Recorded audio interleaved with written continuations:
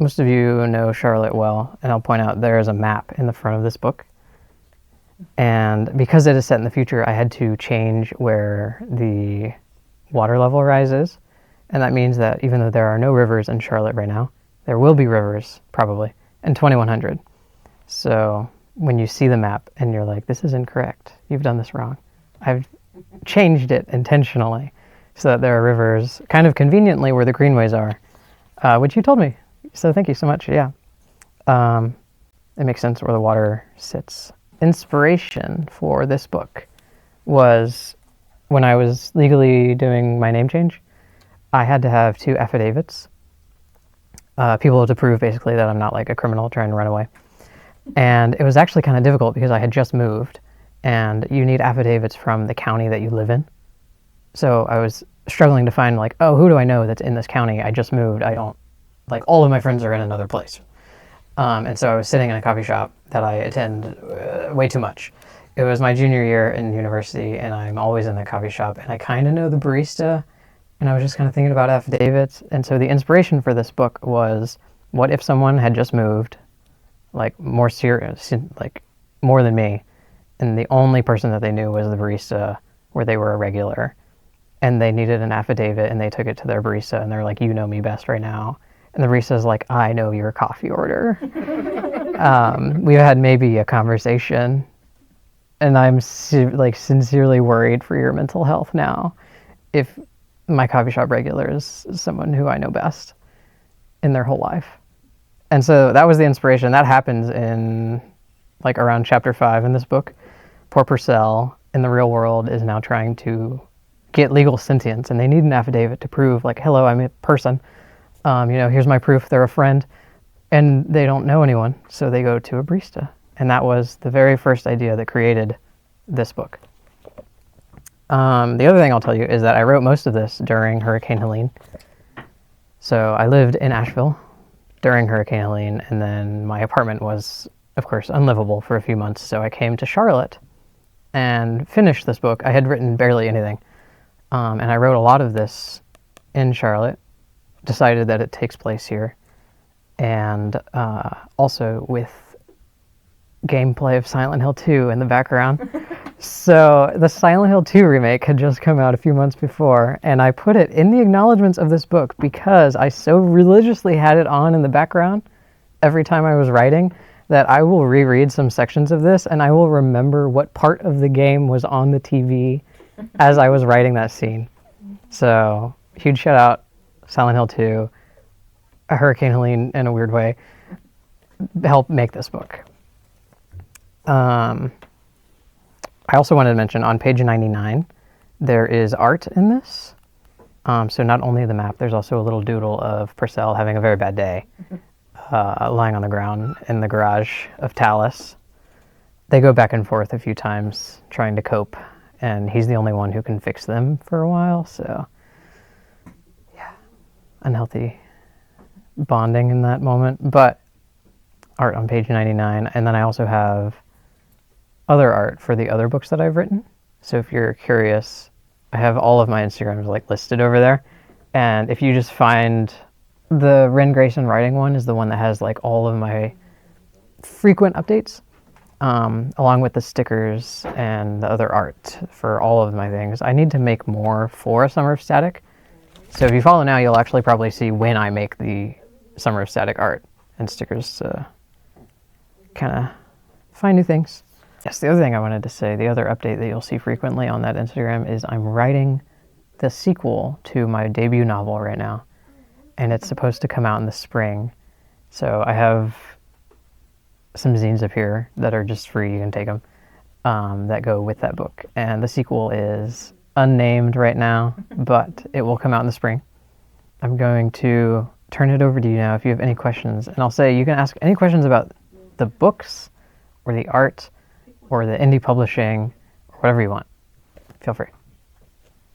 Tell me a little about Bitemark.co. Yes.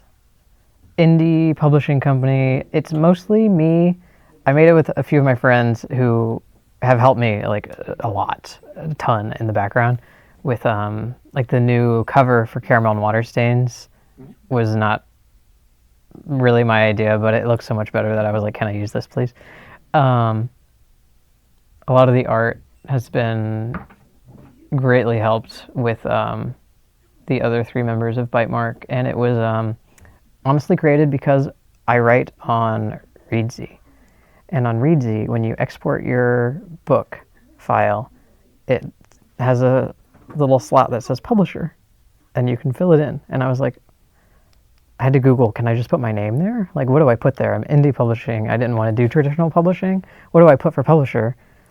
So I Googled it, and they're like, just make up something, you know? You can't, like, be wrong. Like, make up something new, and it's yours. And so I was, like, texting people, like, hey, I need to make something for this publishing empty slot in this, like, Google file, essentially.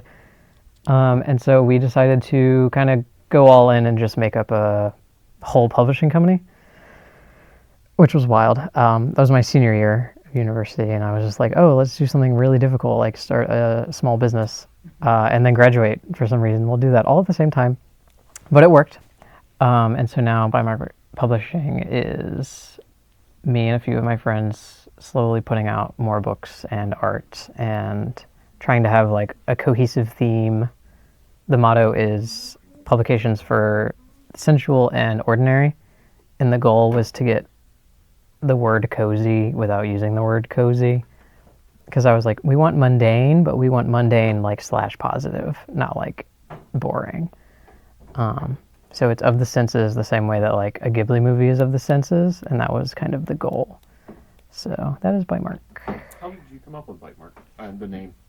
The name came from a fantasy series that I'm working on. I have a zine for book 1. It'll come out later this year. I don't have a specific timeline on it because it is a massive undertaking. It's a 4-part series, and they overlap. So it's really hard to put one book out without having all the others finished, because I keep changing things and then backtracking and then going like, oh, I need to put this in book 1.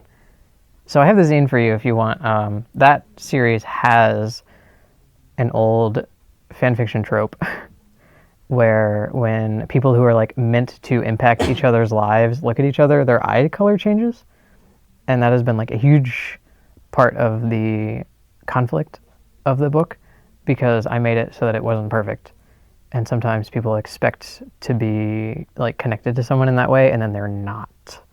And it is very upsetting to that person, of course, when they're like, oh, like, shouldn't the universe expect me to love you? Why isn't it working? Cue horrible relationship problems. At first it was with blood, and I have like characters, they're called anims, and they're basically like influenced by like different animals, and so all of the carnivorous ones have bloodlust, like a vampire, where like they go crazy if they don't have it. And it's like a pretty normal world, so instead they just go to like a butcher shop and get like candy that has blood in it, and they're just like normal. But Bitemark came from when they meet the love interest, they accidentally poison him with magic because they're like really, really scared, and he kind of startles them, and they have like a involuntary like their magic like spikes out. Think Elsa, honestly, when she accidentally poisons Anna with her ice magic, and then Anna starts to like slowly die. I mean, weird take on sisterly love, but you know. And Let it go. the protagonist, to get the poison out, just bites the love interest.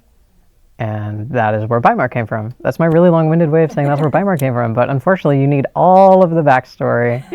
And that scene I had just edited. So it was like in my brain. And then I was like trying to come up with cool things, which is really hard for a name for a publishing company. And we are all so bad at it. And I was like, we can't use an acronym. That's so lame. So then we were like, let's use a word. And then we ended up with Bitemark. On a robot instead of a human. In the simulation. Mm-hmm. This is a trans allegory, and I wanted them to have severe body dysmorphia. So I put them in a robot body.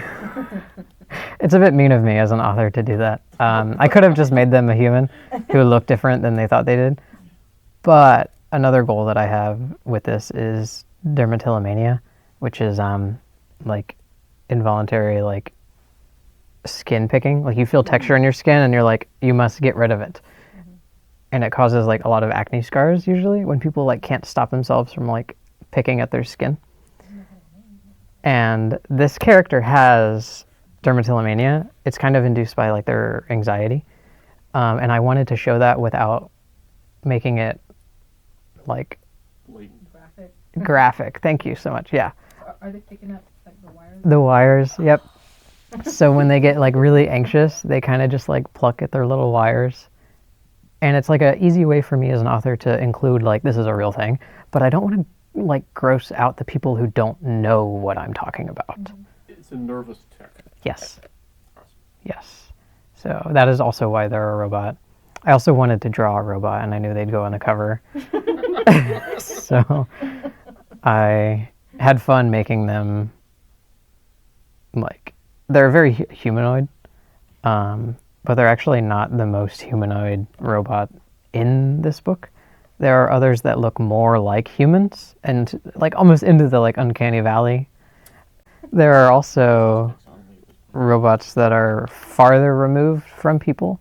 So Purcell is like about in the middle, I would say, where they're like, they have like a human shape, but they don't have like the human face.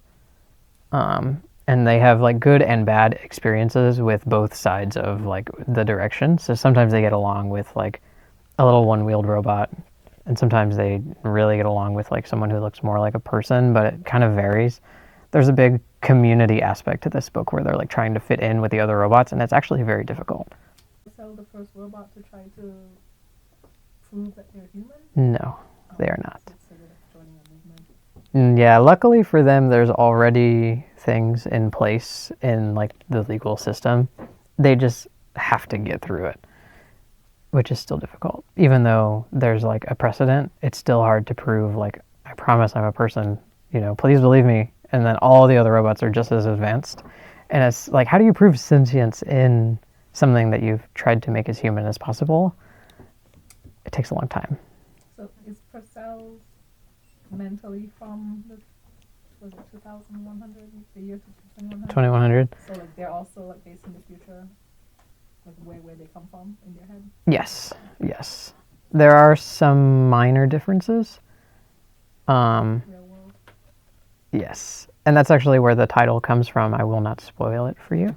But the title has a fun reference to, there's one scene in particular where they start to realize like, oh, this really was a simulation, like my whole life was a simulation because it didn't have this thing that I've never seen before. And it didn't have like this aspect to life that like I'd never experienced before. So they start to find like holes in like hindsight where they're like, I can't believe that wasn't real. Like that was all in my head. They're in denial for a while about it. Sad. It is sad. But It's horrifying. I write it, I wanted to make it comfortable to read, even though it was really depressing. So I will say, like, the content is sad, but the style in which it is written, I don't, like, shove you into a hole as a reader. I'm like, I carry you nicely through the plot so that you don't have a breakdown. So I will say, you know, don't expect to be shoved, like, put in a rut with this book, hopefully. If you are, I'm so sorry. I also include a bit of how people speak to neurodivergent people when they expect them to be like children instead of adults. And I include that as well. So like some of the robots, the farther you get from looking like a human being, the more you're spoken to as if you're a child. And the closer you get to a human being, the more they get uncomfortable around you because of the uncanny valley effect. So Purcell is like in the middle, but some of their friends are like more one way or the other, and then it becomes like a big problem when they're like interacting with human beings. To ask about other books, Mm-hmm. do you have a favorite, including possibly what you're writing, or what you have already written? I don't know if I have a favorite so much as depending on my mood, I'll read a different thing. Definitely. A Summer of Static is nice because it's a novella, so it's very short. So it's the thing to read when I'm like, I want to get a story quickly. I also can't read it when I'm sad because it will make me worse. But Caramel and Water Stains is my debut novel. It's the one I'm writing the sequel for right now, and it is the most fluffy, adorable thing I've ever written. It is, but it's like, if I don't want any serious conflict at all, there's no outside world in that book, apart from like societal expectations. But for the most part, there are two settings, and there are only two settings. They go from one to the other, and that's it. They go from their university campus to a cozy bookstore and back. And the book kind of operates in that space, and all of the plot happens like in the interactions between the characters, and that's why it's so cozy, because you don't ever think about politics or parents or like mean family or like Mom is right here. school expectations. That's why I clarified mean family. There's no, like, there's a hint of like the school stress, but not like overwhelmingly school stress. It's not, yeah, Caramel and Water Stains is definitely the comfort read where I'm like, it's raining outside, I have a coffee, I'm sitting on the couch, the cat's right there, I have a blanket. Let's read Caramel and Water Stains. I want to think about baking and cats. And that's the whole book. The conflict, though, I will say, is touch starvation. So I wrote it right out of COVID, and I really miss people. I missed being around people. I missed being hugged by people. It was horrible. COVID was awful. I think we can all agree. And that's when I wrote this book. And so I wrote a character who was afraid of basically being near other human beings. Like, if they got too close, he would literally like shake, because he was so unused to like skin contact with like people, and it would freak him out. He'd be like, oh my god, I need to like go to bed and start over. Like, this day's over. And that is the main character of Caramel and Water Stains. And he accidentally summons a succubus because he's trying to make friends, and he doesn't read the, hey, this is what you're doing, by the way, of the spell. He just sees the title and is like, oh great, I'm lonely, let's do this. And then Ket is the main character, the other main character of that book, and she appears and she's like, what do you mean? I can't even hold your hand? Are you crazy? That's like step one of my job. And he's like, no, you can't. Don't get close to me. But she's really sweet, and she listens, and they slowly figure that out and like navigate that together. So that's that book. I would say my patron is the outlier of everything I've written. It is realism. So it's actually in the real world, and there are huge like conflicts. There's like a trans girl who hasn't come out to her parents, and she's like outed by someone else, and then has to like panic, like backtrack and go like, oh no, like it wasn't, it's not bad, like trust me. And they're like, no, it's bad. We don't want you like on the internet. We don't want you leaving the house. There's all these things that she has to deal with. And then the main character of that book is a teacher who quits his job because he wants to be a writer, and then a journal backs out on him, and he loses like a big chunk of money that he thought he was going to get. And suddenly he's like, I have 2 months, and then I will no longer be able to live in this apartment. And he panics, and he texts his best friend, and then she sets him up with a sugar daddy without asking. And that's when the book starts. And then you also get the POV of the guy who just accidentally became a sugar daddy, because he also did not ask. He got set up against his will, and is like, what do you mean you just gave my information to this stranger I've never met? Like, I'm gonna help him, of course, but like, couldn't you have asked me? And then she's like, but it's gonna work out, isn't it? And then it does, and it's a wild experience. It's 4 characters. The other one is a professional violinist who has stage fright, horrible stage fright. And she gets signed up for a performance by her well-meaning dad, who's like, oh, this will be so good for you. Let me push you, without asking. And then she's like, do I pull out of this and look really unprofessional, or do I do a performance and potentially ruin my career because I can't hold my violin straight when people are looking at me? And those are the 4 characters, and they all help each other in like little ways, but they're all such strange people that the interactions between them are hilarious. So I actually read that one for the humor. Honestly, I think that book is really funny. A lot of those conversations in that book I took from like actual conversations that I've heard. So it helped a lot with like the realistic dialogue of like, oh, this is hilarious, I'm taking this and I'm putting it in the book. So the acknowledgments is huge because a lot of it was like, oh, thank you for letting me take this conversation that we had and put it in here. But yeah, that's everything that's out. And then the fantasy series that I'm working on is definitely my favorite thing I've ever written. But that's because like I have like 7 spreadsheets explaining the world building for that book, and it's still not enough.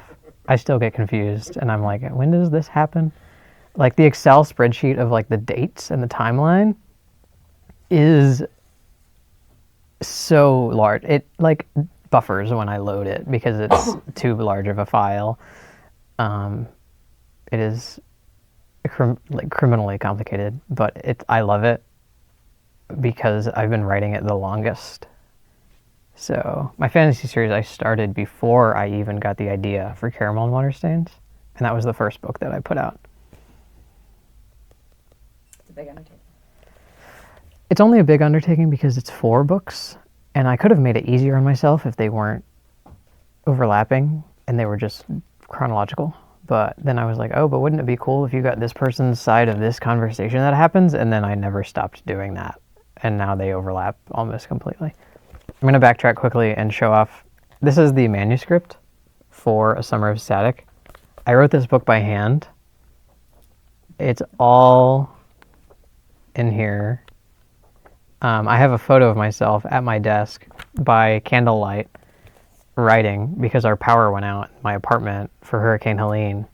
And I have a photo of me on like a random page, and I like took a picture because I'm like, this is a strange setup.